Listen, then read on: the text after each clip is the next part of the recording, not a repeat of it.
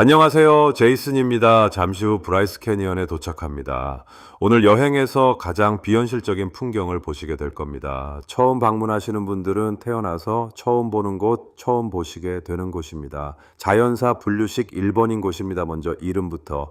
브라이스는 사람 이름입니다. 에베네셀 브라이스, 스코틀랜드에서 온 모르몬 개척자예요. 1875년에 교회의 지시로 이 근처에 정착해서 소를 키웠습니다.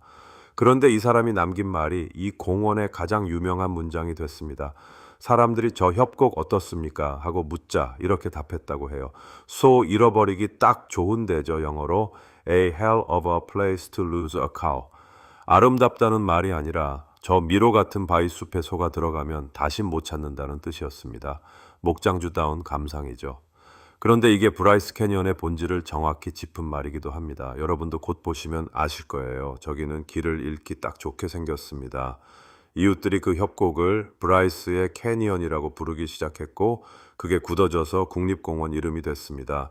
1928년에 지정됐어요. 여기서 첫 번째 반전입니다. 브라이스 캐니언은 캐니언이 아닙니다. 캐니언. 즉 협곡은 강이 땅을 깎아서 만든 지형입니다. 그랜드 캐니언은 콜로라도 강이, 자이언은 버진 강이 팠어요. 그런데 브라이스에는 그런 강이 없습니다. 지금도 없고 옛날에도 없었습니다. 그럼 이 거대한 구덩이는 뭘까요? 정확한 이름은 원형 극장, 다시 말해 암피시어터입니다. 여러분이 아는 원형 극장은 아마도 로마에 있던 콜로세움의 대표적이죠. 원리는 이렇습니다. 이 지역은 파운소건트 고원이라는 높은 대지의 가장자리인데 그 가장자리가 조금씩 무너져 내리면서 안쪽으로 후퇴하고 있는 겁니다. 강이 아래로 파고든 게 아니라 절벽이 뒤로 밀려나면서 반원형의 움푹한 무대가 생긴 거예요. 브라이스에는 이런 원형 극장이 14개 있고 그중 가장 큰 장소 중 하나가 우리가 오늘 구경할 선셋 포인트입니다. 그리고 그 무너지는 과정에서 다 무너지지 못하고 남은 기둥들, 그게 여러분이 사진으로 보신 그 뾰족한 바위 기둥들입니다. 이걸 후드 영어로는 후드라고 부릅니다. HOODOO 브라이스 캐니언에는 지구상 그 어떤 곳보다 많은 후드가 모여 있습니다. 후드로 유명한 곳 중 하나가 카파도키아인데 브라이스 캐니언 안에는 18,000회에서 20,000가의 정도의 후드가 모여 있습니다.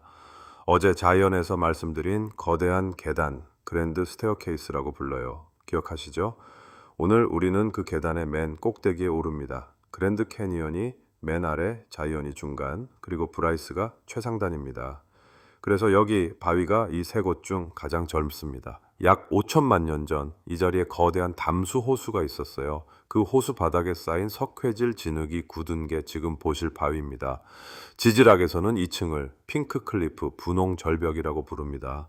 그런데 계단 꼭대기라는 말에는 아주 실질적인 의미가 있습니다. 여기는 높습니다. 브라이스 캐니언 전망대의 고도가 해발 2,400m에서 2,700m입니다. 공원 남쪽 끝 레인보우 포인트는 2,778m예요. 한라산보다 400m 이상 높습니다. 어제 자이언 협곡 바닥이 1,200m였으니까 하루 만에 1,300m를 올라온 겁니다. 그래서 두 가지를 각오하셔야 합니다. 첫째, 춥습니다. 자이언보다 기온이 10도 이상 낮은 경우가 흔합니다. 여름에도 아침엔 쌀쌀하고 5월이나 10월에 눈이 오는 일도 드물지 않아요. 겉옷 반드시 챙기세요. 반팔로 내리셨다가 5분 만에 차로 돌아오시는 분들 매년 계십니다. 둘째, 숨이 찹니다. 고도가 높으면 산소가 옅습니다. 천천히 걸으시고 물 자주 드시고 계단 오르실 때 무리하지 마세요. 셋째, 우리가 방문하는 지역에서 가장 높은 고도입니다. 최대 2,470m까지 올라가시는 거죠. 그래서 공기도 가장 맑고 깨끗합니다. 전 세계에서 가장 많은 후드가 모인 이곳 브라이스 캐년 저 기둥들은 대체 어떻게 만들어졌을까요? 정답은 얼음입니다. 물도 바람도 아니고 얼음이에요. 브라이스 캐니언은 1년에 약 170회에서 200회 기온이 영하와 영상을 오갑니다. 이게 미국 국립공원 중에서도 손꼽히게 많은 횟수예요.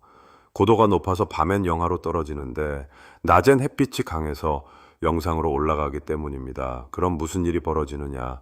낮에 눈이 녹은 물이 바위의 가느다란 균열 속으로 스며듭니다. 그리고 밤이 되면 그 물이 얼어요. 물은 얼면서 부피가 약 9% 늘어납니다. 그 팽창력이 바위를 안쪽에서 밀어 벌립니다. 하루에 아주 조금씩.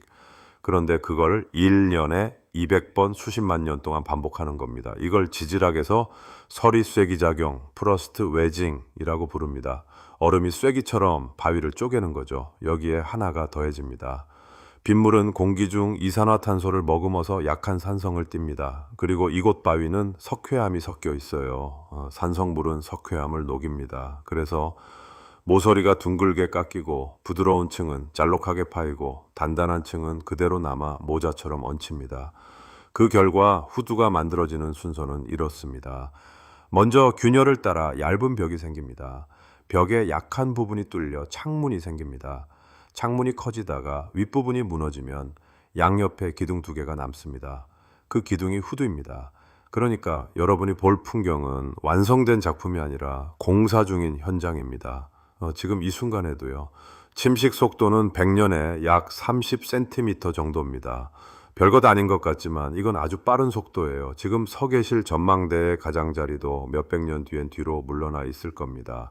그리고 유명한 후두인 토르의 망치도 언젠가는 무너집니다. 여러분이 오늘 보시는 브라이스 캐니언은 인류 역사상 아무도 본 적 없고 앞으로도 아무도 못 볼 배열입니다. 이 땅에 오래 살아온 파이우트족은 이 기둥들을 다르게 설명했습니다. 저는 이 이야기를 가장 좋아합니다. 파이우트 전승에 따르면 아주 오래전 이 계곡에 전설의 사람들이 살았습니다. 사람의 모습이기도 하고 동물의 모습이기도 한 존재들이었어요. 그런데 이들이 너무 이기적이고 나쁜 짓을 많이 했습니다. 물과 음식을 독차지하고 서로를 해쳤다고 해요. 그래서 코요테 신이 이들을 벌하기로 합니다. 이들을 잔치에 초대해 한자리에 모아놓고 전부 돌로 만들어 버렸습니다. 그리고 여기가 이 이야기의 마지막인데 그들이 벌을 받던 그 순간 얼굴과 몸에 칠하고 있던 물감이 그대로 굳었다는 겁니다. 그래서 이 바위들이 붉고 노랗고 흰 얼룩덜룩한 색을 띠고 있다는 거예요. 파이우트어로 이곳을 부르는 표현이 있는데 대략 협곡 안에 사람 모양으로 서 있는 붉은 바위들이라는 뜻입니다. 이름 자체가 이 전설이에요. 오늘 전망대에 서시면 한번 해보세요. 저 기둥들을 그냥 바위로 보지 마시고 줄지어 선 사람들로 보세요. 어깨가 보이고 고개를 숙인 형체가 보이고 무리 지어 선 대열이 보입니다. 왜 이 사람들이 그렇게 이야기했는지 5초 만에 이해되실 겁니다. 그럼 오늘 방문하실 브라이스 캐년 내 선셋 포인트입니다. 대하여 알려드리겠습니다. 가장 유명한 후두토르의 망치 영어로 투어스 해머가 여기 있습니다. 가느다란 기둥 위에 네모난 바위가 얹혀 있는 그 모양이요. 다만 트레킹 가실 때에는 안전 가드레일도 없고 비포장 인도가 많아서 또 조심해서 걸어 다니세요 합니다. 브라이스 캐니언에는 사람들이 잘 모르는 타이틀이 하나 더 있습니다. 세계에서 밤하늘이 가장 어두운 곳 중 하나입니다. 이유가 세 가지예요. 첫째, 주변 수백 킬로미터의 큰 도시가 없어서 인공 불빛이 거의 없습니다. 둘째, 고도가 2400m라 대기층을 그만큼 덜 통과합니다. 셋째, 이 지역이 극도로 건조해서 수증기가 적습니다. 그 결과가 뭐냐면 대부분의 도시에서는 밤하늘에 별이 수십 개 보입니다. 서울에서는 10개 남짓 보일 때도 있죠. 그런데 브라이스 캐니언에서는 맑은 밤에 육안으로 약 7,500개가 보입니다.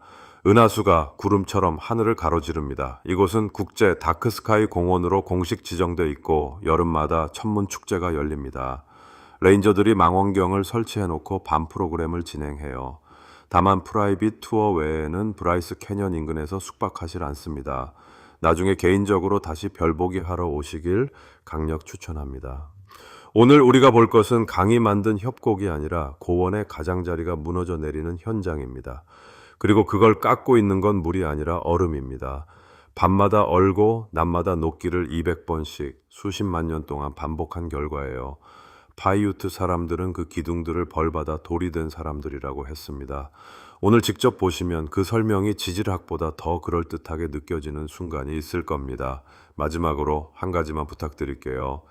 전망대에 도착하시면 바로 카메라를 들지 마시고 1분만 그냥 서 계세요. 처음 그 광경을 보는 순간은 한 번뿐입니다. 그건 사진에 안 담깁니다. 자, 그럼 브라이스 캐년의 간단한 설명은 모두 마쳤고요. 지금부터 질문 있으시면 질문해 주세요. 제이슨이었습니다. 감사합니다.